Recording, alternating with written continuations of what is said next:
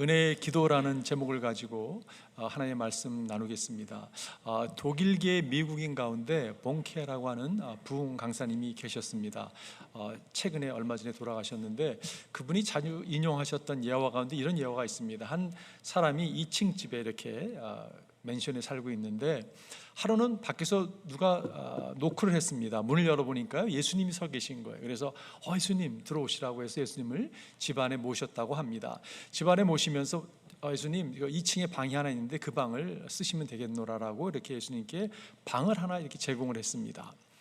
그리고 그날 저녁에 잠을 자는데 누가 크게 막 문을 두드리는 거예요. 그래서 문을 열어봤더니 마귀가 있는 거예요. 마귀가 있으면서 마귀와 이렇게 막 옥신각신을 하고 마귀와 이렇게 싸움을 하게 됐다고 합니다. 마귀랑 싸우면서 주님 도와주세요라고 외쳤음에도 불구하고 아무 소리가 나지 않는 것이에요. 근데 가까스로 마귀를 쫓았습니다. 그리고 아침이 돼서 이제 예수님 어제 제가 참 마귀와 싸웠는데 왜 도움을 주지 않으셨냐라고 이렇게 따지듯 질문하니까 예수님 뭐라고 말씀하셨냐면 자네가 나에게 허락한 것은 이 방 하나였기 때문에 내가 그 방 하나를 더 이상 넘어서는 내가 나아갈 수 없었노라라는 이런 얘기를 하시더래요. 그래서 이해가 됐습니다. 이제는 2층에 방 하나가 아니라 2층 전체를 쓰셔도 되겠습니다라고 허락을 해드렸다고 합니다. 그리고 그 다음날이 됐는데 그 다음날 저녁에 또한 똑같은 일이 일어난 것이었습니다. 마귀가 문을 두들겼고 싸우고 도움을 청했지만 아무런 반응이 없었다고 합니다. 그래서 예수님 왜 도움을 주지 않으셨냐고 이렇게 물어보니까 자네가 허락한 곳이 2층 밖에 아니었기 때문에 내가 아래로 내려올 수 없었노라라고 이야기를 하더래요. 그래서 주님 이제는 이 집의 주인이 당신이십니다. 모든 방 모든 영역의 주인이십니다라고 주님께 허락을 했다고 해요. 그날 저녁에도 누군가 밖에서 문을 두드렸는데 그때는 이 사람이 나간 것이 아니라 그 문소리를 듣고서 예수님이 밖에 나갔다고 합니다. 문을 탁 여니까요 마귀가 깜짝 놀라더래요. 그러면서 아무래도 제가 주소를 잘못 찾아온 것 같다고 죄송하다고 하면서 고개를 숙이고 나갔던 그러한 이야기예요. 그 이야기가 가르쳐주는 교훈이 있다고 생각이 드는데 그 중에 하나가 있다면요, 여러분 우리는 예수님께 내어드리는 만큼 주님께서 그 영역의 주인인 것을 깨닫게 돼요. 여러분 주일날만이 예수님은 주인이 아니시죠. 우리 삶의 모든 영역에서 모든 요일에서 주님은 주인이 되셔야 합니다. 그럴 때 그분의 다스림과 통치함 가운데 살아가는 것을 우리가 경험하게 돼요. 내가 주님께 내어드리는 만큼 주님이 왕으로 통치하시고 지배하는 것을 깨닫게 돼요. 결국은 주님은 젠틀하셔서 막 문을 부시고 다가오신 분이 아니라 우리가 그분께 내어드리는 만큼 주님은 역사하시는 것을 볼 수가 있어요. 여러분 능력의 기도, 오늘 제가 본문을 잡은 이 마가복음 9장의 말씀, 특별히 이번 저희가 가을 저녁 특별 기도회를 가지면서 주제 성경 구절로 정한 말씀이 이 말씀입니다. 예수께서 그들에게 대답하셨다. 이런 부류는 기도로 쫓아내지 않고는 어떤 수도도 쫓아낼 수 없다. 이 말씀을 주제 성경 구절로 선택을 했습니다. 그래서 한 주 동안 하나님께서 여러분과 저에게 능력의 기도를 가르쳐 주시기를 바라요.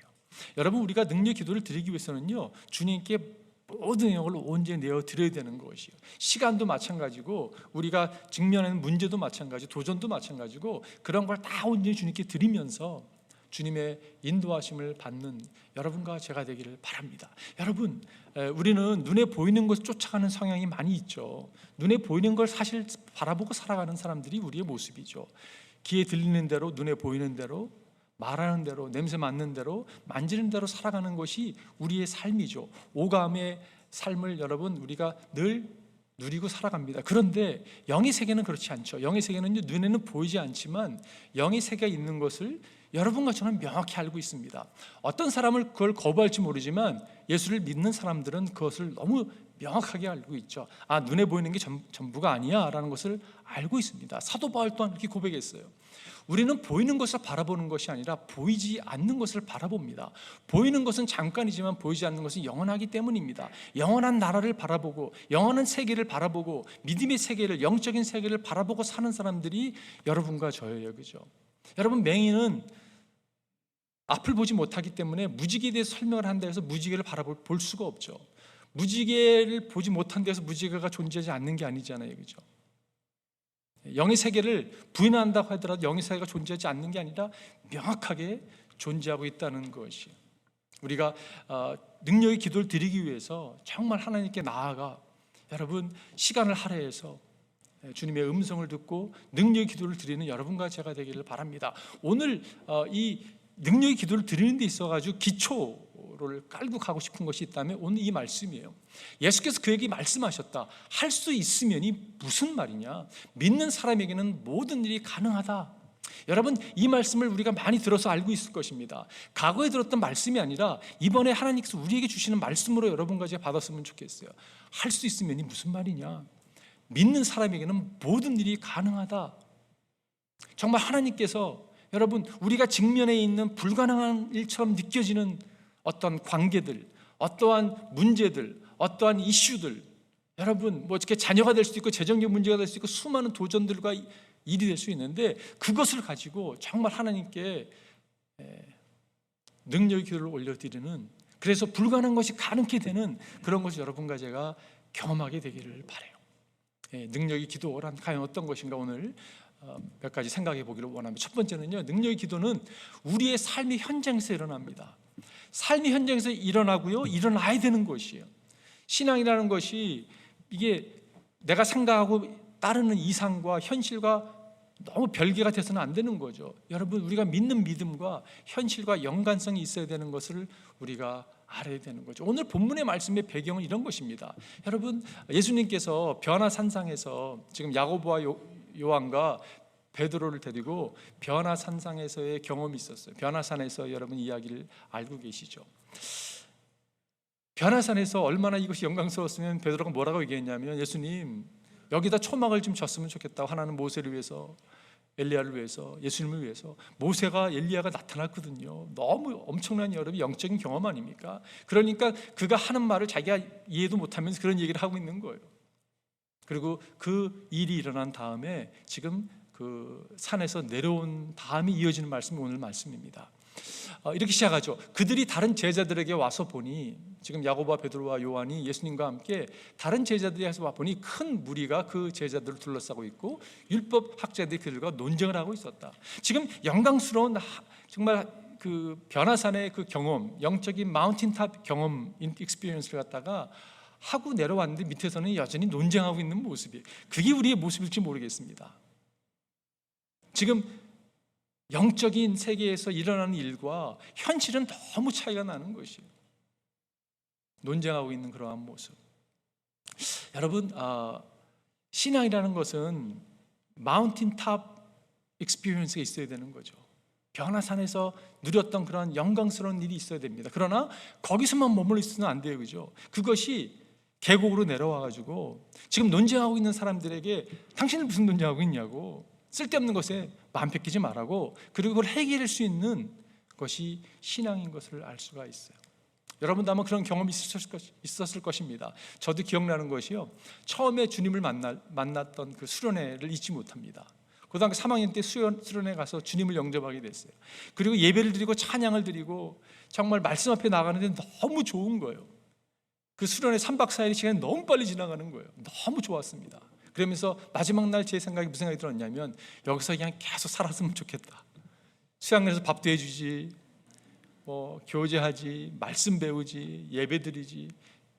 근데 여러분, 신앙은 거기서 머무는 게 아니잖아요, 그죠? 그렇게 은혜를 받았으면 그 받은 은혜를 가지고 내려가서 주님을 모르는 사람들에게 복음을 전하는 자리에 나가야 되는 것이, 여러분, 그것이 신앙이라는 거죠. 성경학자들이 이야기를 하는 거 보면 그 변화산상의 사건은 다볼산, 이스라엘 가면 다볼산이라고, 다볼산에서 일어났을 것이다라고 예측을 합니다.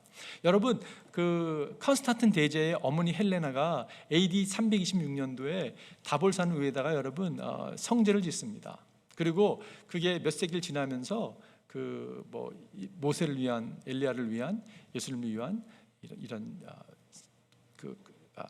교회가 세워지는 것을 보게 됩니다. 그리고 그 몇 세기를 지나면서 계속적으로 수도원이 세워지고 오늘날에도 여러분 다볼산에 가게 되면 변화산 교회가 있는 것을 보게 돼요. 거기 프란치스코 그 수도사들이 거기서 지냅니다. 검정색 옷을 입고 노브를 입고 거기서 청소를 하고 가더닝을 하면서 기도를 하고 하는 모습. 많은 관광객들이 그 변화산의 교회를 찾아갑니다. 근데 여러분, 뭐 교회가 귀하죠. 그 가운데서 묵상을 하고 기도를 드리고 청소도 하고 가드닝을 하는 게 참 수도사의 삶이 얼마나 귀하겠습니까? 근데 동일한 시간에 밑에 내려가 보면요, 예수를 모르는 사람들이 방황 없이 살아가는 모습, 그 모습을 만약에 수도원에 계신 분들이 무시하고 나는 계속적으로 산 위에서만 누리는 삶에 집중할 거야 라고 이야기한다면 균형이 어떻게 보면 잡히지 않는 신앙일지 모르겠어요. 우리 삶도 마찬가지라는 거죠. 이게 너무 중요하다고 생각이 듭니다. 산 정상에서 경험하는 것이 너무 중요하죠. 그러나 그것이 우리의 삶과 연결성이 없다면 우리 신앙에도 조금 균형이 깨진 모습이 아닌가라는 생각을 가져보게 됩니다. 예수님께서 사역을 감당하실 때마다 예수님은 늘 산 위에서의 기도를 들으셨고 그리고 어떤 결정을 내렸던 것을 알 수가 있어요. 예를 들어서 이런 말씀입니다. 그 무렵에 예수께서 기도하시려고 산으로 떠나가서 밤을 새우시면서 하나님께 기도하셨다. 날이 밝을 때 예수께서 자기의 제자들을 부르시고 그 가운데서 12를 뽑으셨다. 그는 그들을 사도라고 부르셨는데, 여러분, 예수님께서 밤새도록 기도하셨어요. 그죠? 기도하시고 산에서 내려오셔서 제자들을 뽑았던 것을 우리가 알 수가 있습니다. 그냥 제자를 불렀던 것이 아니라 그렇게 해도 충분하신 분께서 기도하시고 제자를 불렀던 것을 알 수가 있죠. 예수님께 십자가를 지시기 전에 여러분, 그분이 정말 고뇌하시면서 기도했다는 것을 우리가 알고 있어요. 그죠? 기도하시고 일을 감당하는 모습을 보게 됩니다. 우리에게 주는 교훈이 거기 있다고 생각이 들어요. 우리가 어떤 일을 행할 때, 여러분과 제가 정말 저는 하나님께서 우리에게 새로운 일을 행하고 계시고 벌써 행하셨고 행하실 것을 믿고 있습니다. 그런데 그 일을 감당하는 데 있어서 우리가 해야 될 것이 있다면 정말 주님께 나가서 주의 음성을 듣는 것이, 주님의 임재 앞에 나와서 주님께서 말씀하시는 음성을 듣고 여러분과 제가 결정을 내리고 나아가야 된다고 생각이 들어요. 그런 의미에서 이번 특별 가을 기도회가 그런 시간이 되기를 바라요. 하나님께서 우리에게 말씀하시는 그런 시간이 되기를 바랍니다. 여러분과 제가 기도하는 가운데 주의 음성을 듣는 그런 일들이 일어나기를 바라요. 정말 가정들이, 직장들이, 사업체가, 교회가 하나님께서 정말 새 일을 행하시는데 주님께서 우리를 준비시키는 그러한 시간이 되기를 바랍니다. 또한 주님께 드려지는 이 주일 예배가 여러분 그냥 오늘도 또 다른 예배가 아니라 정말 매주마다 들어지지만 새롭게 들어진 예배잖아요. 그죠? 한 번도 쓴 적이 없는 주일을 하나님 우리에게 허락하셔서 여러분과 제가 마운틴 탑을 경험하길 바라요. 산 위에서의 정말 그 하나님의 임재를 경험하기를 바랍니다. 그리고 계곡으로 내려와서 주의 손이 되고 발이 돼서 사람들을 섬기는 그러한 자리에 여러분과 제가 나아가기를 바라요. 알래스칸 볼무스라고 하는 큰 사슴이잖아요. 엘크가 여러분 가을이 되면 순놈들이 이렇게 힘 겨루기를 한다고 합니다. 자기의 종자를 번식하기 위해서 힘 겨루기를 하는데, 여러분 유일하게 엘크의 무기가 뭐냐면 뿔이거든요. 뿔을 가지고 서로 막 박치기를 하는데 누가 이길까요? 뿔이 강한 놈이 이기는 거죠. 뿔이 더 세고 등치가 있는 엘크가 승리자가 된다고 합니다. 그런데 그것이 가을에 이루어지는데 그 싸움이 결정나는 것은 가을에 결정나는 것이 아니라 여름에 결정이 난다고 해요. 무슨 말이냐면 여름에 잘 먹고 잘 키우고 등치를 키운 자들이 가을이 되면 수컷의 대장이 된다고 합니다. 여러분과 제가 이 시간이 저에게는 여러분과 저에게 정말 특별한 시간이 됐으면 좋겠어요. 우리가 하나님께 나와서 정말 임재 가운데 나와서 기도하며 우리를 준비시키시는 주님을 여러분과 제가 좀 경험했으면 좋겠습니다. 신앙 따로 현실 따로가 아니라 그것이 현실로 연결돼서 역사하시는 하나님을 여러분과 제가 경험하기를 바라요. 불가능을 가능케 하시는 주님을 여러분과 제가 경험하기를 바랍니다. 두 번째는요, 능력의 기도는 영적 전쟁을 치르는 데 필수적인 것입니다. 여러분, 우리가 지금 육신을 가지고 살아가고 있지만 우리는 영적인 전쟁을 치르고 살아가는 사람들이에요. 눈에 보이지 않는다고 존재하지 않는 게 아니라 명확하게 주님께서 역사하는 것을 보게 돼요. 우리가 미국에 살면서 모든 것이 다 정말 논리적이어야 되고 과학적이어야 되고 이런 비과학적인 것은 우리가 무시하고 살아가는 성향이 적지 않게 있습니다.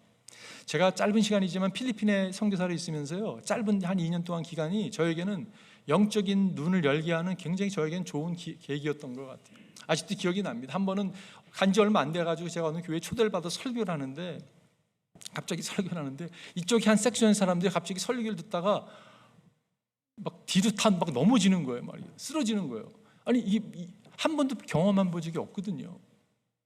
어떻게 이런 일이 날 수 있냐고. 그래서 통역을 어떻게 하셨길래 이 사람들이 이런 일을 했냐고 이렇게 이야기했던 기억이 나요. 한 번은 어느 교회에 초대를 받았습니다. 가서 보니까 이제 예배가 끝나고 이제 목사님과 이제 앉아 대화를 하는데 목사님 그러시는 거예요. 이 교회가 어떻게 시작된지 아냐고. 그러면서 이야기를 해주시는데, 이 교회가 원래 퍼블릭 스쿨이었는데 지금 이 목사 이 사택은 교사들이 묵는 기숙사였는데 한 교사가 여기서 자살을 했다고. 자살을 하고 그 다음부터 이 후임 교사로 오는 사람마다 여기서 도저히 지내지 못하는 사건들이 일어났다고. 밤에 자다가 뭐 가위가 눌리기도 하고 잠을 제대로 못 자기도 하고, 그러다 보니까 교사가 찾아오지 않는 거예요. 교사가 더 이상 오지 않는 그러한 시골 학교가 됐습니다. 그러다 보니까 학생은 그래서 이게 폐교가 됐다고. 그래서 내가 장소를 찾다가 여기서 문의를 했더니 당신 쓰려면 쓰라고, 그러나 조심하라고, 이런 얘기를 하고 쓰게 됐다는 거예요. 무슨 일이 일어났을까요? 편안하게 자서 편안하게 일어났다는 것이에요. 들어가시면서 기도하고 이렇게 청소를 하고 딱 들어가서 예배를 드리기 시작하는데, 그 장소에서 예배를 드리면서 여러분 눈에는 보이지 않지만 영적인 전쟁을 치르고 있는 것을 우리가 명확하게 알 수가 있어요. 오늘 본문도 보게 되면, 그래서 그들이 아이를 예수께 데려왔다. 귀신이 예수를 보자 아이에게 즉시 심한 경련을 일으켰다. 아이는 땅에 넘어져서 거품을 흘리면서 뒹굴었다. 이 어린 소년이 여러분 너무 마음 아픈 비참한 모습이잖아요, 그죠? 여기서 우리가 놓치지 않아야 될 것이 있다면, 어린 아이도 여러분 귀신이 들릴 수가 있습니다. 그 정도로 여러분 영적인 세계에 공격과 그런 역사가 있는 것을 우리가 부인할 수 없는 거죠. 22절에 보니까 귀신이 그 아이를 죽이려고 여러 번 불 속에도 던지고 물 속에도 던졌습니다. 하실 수 있으면 우리를 불쌍히 여기시고 도와주십시오. 여기서 보면 저는 여러 번이라는 이 표현이 마음에 와닿았어요. 여러분, 한 번도 아니고 여러 번 불 속에 던지고 물 속에도 던졌다고 이야기하고 있어요. 얼마나 비참한 모습입니까? 여러 번 공격을 당했던 그 아이의 모습을 볼 수가 있어요. 사탄의 의도는 무엇일까요? 우리가 잘 알고 있죠. 예수님께서 요한복음 10장 10절에 보면, 도둑은 다만 훔치고 죽이고 파멸하려고 오는 것뿐입니다.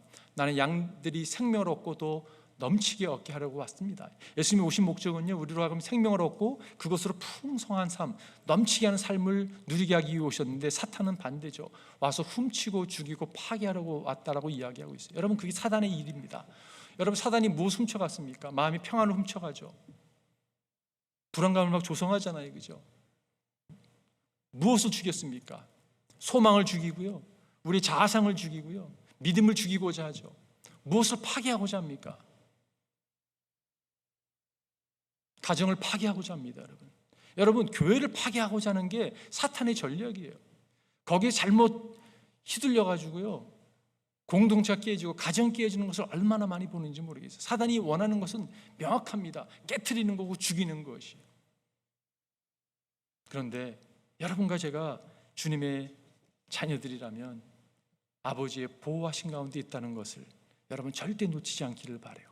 왜냐하면 이 영적인 전쟁은 주님이 벌써 승리하셨기 때문에 그렇습니다. The Bear라고 하는 그 영화가 있었는데, 그 영화가 원래는 그 소설에서 이렇게 영화 만든 영화인데요, 내용이 이런 내용입니다.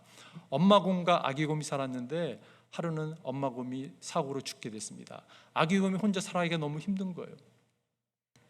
아빠 곰은 어디 갔는지 하여간에 엄마 곰과 아기 곰이 살다가 엄마는 죽고 아이가 혼자 힘들게 살아가고 있는데, 하루는 그 마운틴 라이언에게 쫓김을 당합니다. 마운틴에 딱 보니까 먹잇감이거든요. 조그만 이 곰이니까. 그래서 추적을 합니다. 쫓아갑니다. 막 도망가다가 조그만 이제 그 구렁이 같은 데 빠지게 됩니다.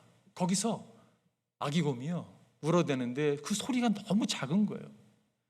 살려주세요 하는데 아기가 목소리가 나오지 않는 거예요. 근데 갑자기 화면이 바뀌는 거예요. 살려주세요가 우렁찬 소리로 갑자기 아기 곰이 아니라 딱 일어섰는데, 라이언 마운틴 라이언보다 거짓 10배가 큰 곰이 탁 서 있는 거예요. 그 모습을 보고 마운틴 라이언이요 도망을 가죠. 주량당을 치죠. 어떻게 이런 일이 일어났습니까? 그 아이가 갑자기 커진 게 아니라 아버지가 나타난 것이에요. 아비곰이 나타나가지고, 여러분, 곰의 세계는 잘 모르겠지만 인간의 세계도요 때로는 아빠가 없을 수가 있어요. 있다가 사라질 수가 있고, 동물의 세계는 더 하겠죠. 그런데 여러분, 하늘 아버지는 한 번도 떠난 적이 없잖아요, 그죠? 우리가 삶을 주님께 드린 순간부터 주님은 여전히 동일하게 우리와 함께 동행하시는 분이세요. 우리를 보호하시는 분이시죠. 여러분, 벌써 승리했습니다. 벌써 승리를 우리에게 하나님이 허락해 주셨어요. 그래서 요한이 이렇게 말씀하고 있죠. 하나님에게서 태어난 사람은 다 세상을 이기기 때문입니다. 세상을 이긴 승리는 이것이니 곧 우리의 믿음입니다. 우리가 정말 믿음으로 주를 영접하고 나아갔을 때 세상을 이겨노라고 주님은 우리에게 선포하고 있는 거예요. 그러나 여러분, 자만하면 안 됩니다. 왜냐하면 우리의 씨름은요 혈과 육에 속한 것이 아니기 때문에 그래요. 그래서 사도 바울이 이렇게 얘기하죠. 우리의 싸움은 인간을 적대자로 상대하는 것이 아니라 통치자들과 권세자들과 이 어두운 세계의 지배자들과 하늘에 있는 악한 영들을 상대로 하는 것입니다. 영적인 싸움이기 때문에 여러분과 제가요 자만해서는 안 되죠. 우리가 붙들어야 될 분이 있다면 예수 그리스도죠. 주님을 의지하고 여러분 이 기도로 대항하는 자리에 나아갔으면 좋겠어요. 저는요 이번 내일부터 있을 한 주 5일이지만 한 주 한 끼 금식, 여러분이 정말 한 끼를 금식하면서 1시간 기도를 드렸으면 좋겠어요. 우리 가운데 어떤 분들은요 제가 태어나서 1시간 동안 기도해 본 적이 없는데 하는 분들이 아마 적지 않게 있을 거라고 생각이 들어요. 그것도 한 주 일주일 내내요? 그 5시간 아닙니까? 라고 얘기할 분이 계실지 모르겠어요. 어쩌면 5시간 여태까지 여러분 평생 기도한 시간보다 더 길지 모르겠어요. 근데 여러분 이 말씀을 드리고 싶어요.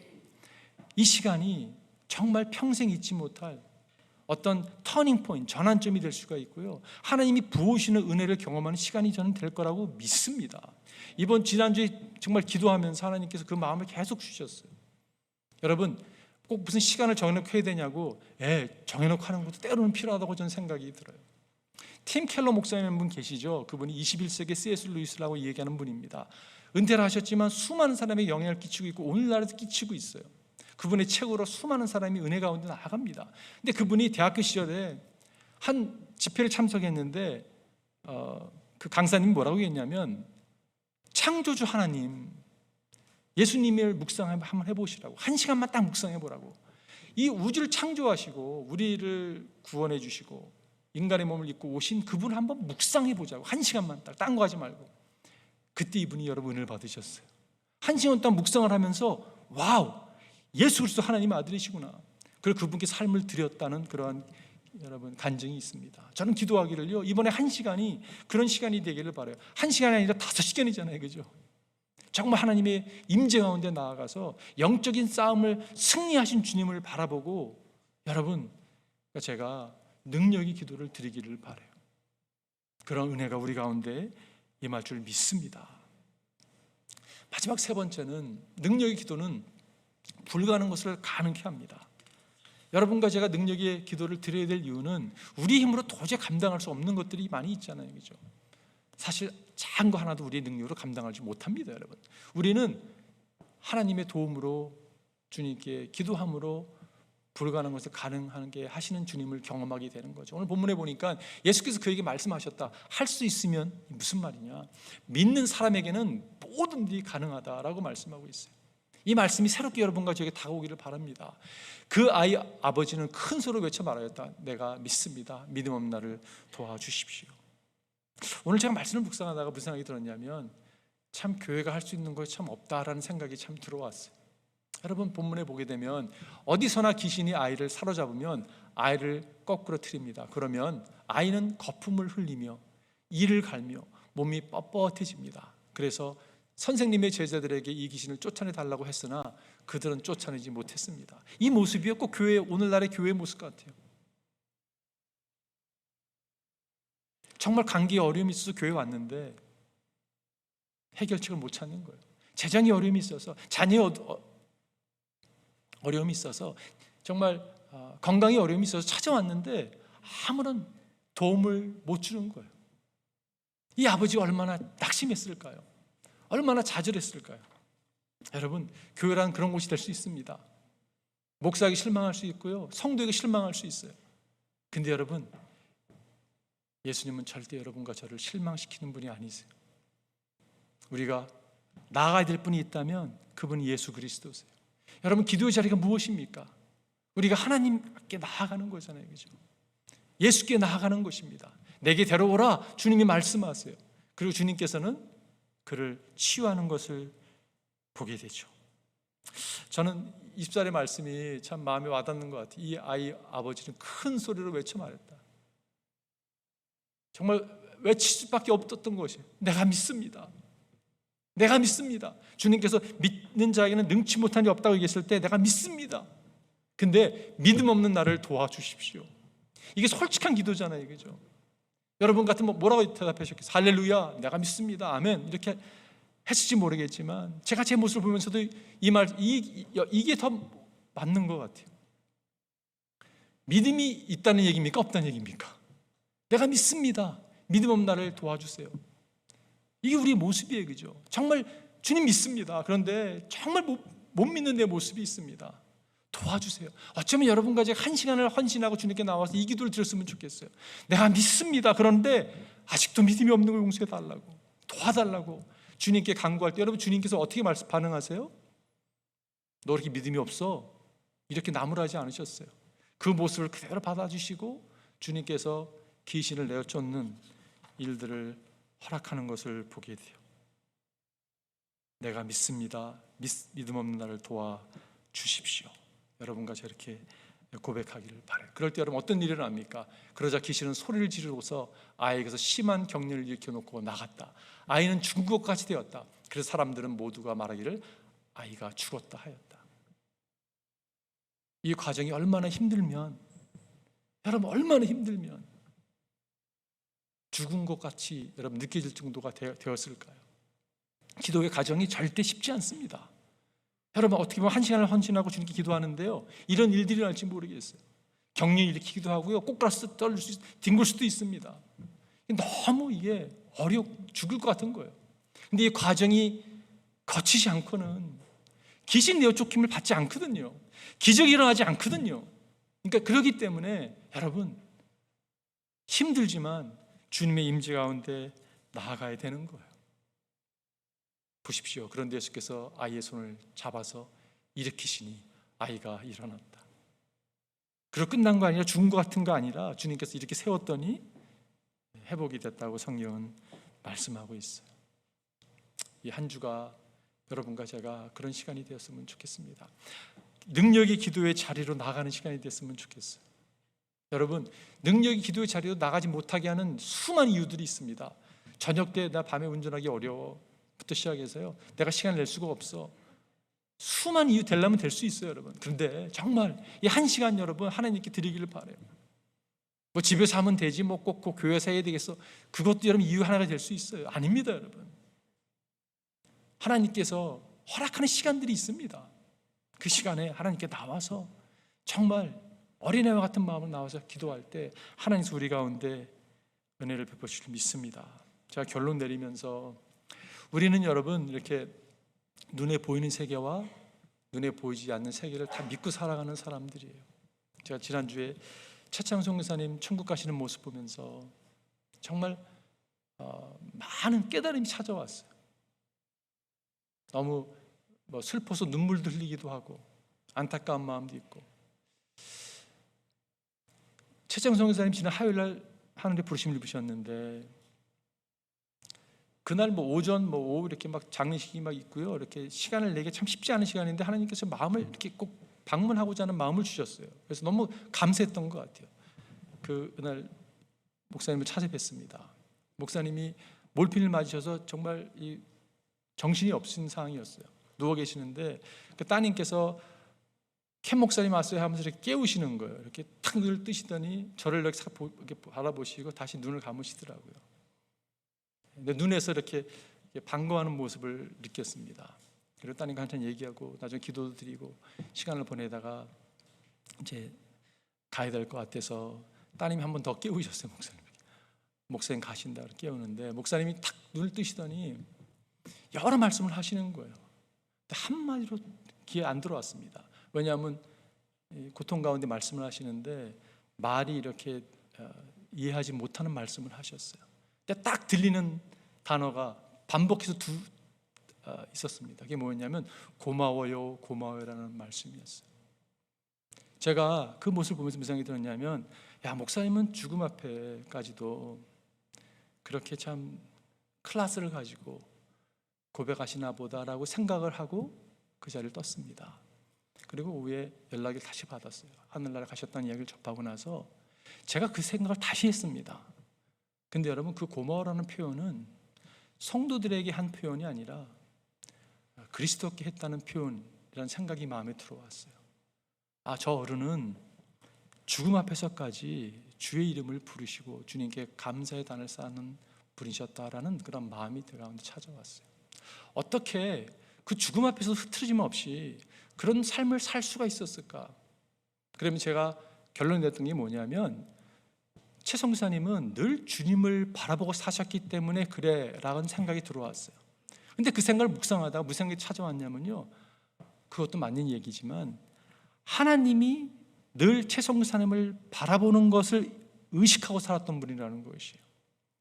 여러분, 하나님이 우리를 늘 보고 있다는 것을 하나님 한 번도 우리에게 눈 뜬 적이 없으신데 눈을 떼신 적이 없잖아요, 그죠? 우리가 삶을 드린 순간부터 주님, 우리 주님이시고 우리를 늘 지켜보고 계시고 보호하시고 함께 하시는 분이신데, 그거를 인식하는 것과 어웨니스를 가지고 바라보는 것과 어웨니스 없는 건 하늘과 땅 차이거든요. 늘 주님이 나를 바라보는 걸 의식하고 살았기 때문에 내가 주를 바라보는 거거든요. 주님이 나를 바라보는 것 때문에 여러분, 겸손하지 않을 수 없는 거예요. 최 성사님은 장점이 뭐냐면요, 그분의 특징이 뭐냐면, 내가 나를 봐도 나는 점수가 얕은데 최 성사님 저를 바라볼 때 너무 높은 점수를 주시는 거예요. 민망할 정도로, 아니 성사님 황송할 정도로 너무 긍정적으로 봐주시고 너무 격려해 주시고, 가만히 보니까 제가 눈물이 났던 그런 것 때문이었던 것 같아요.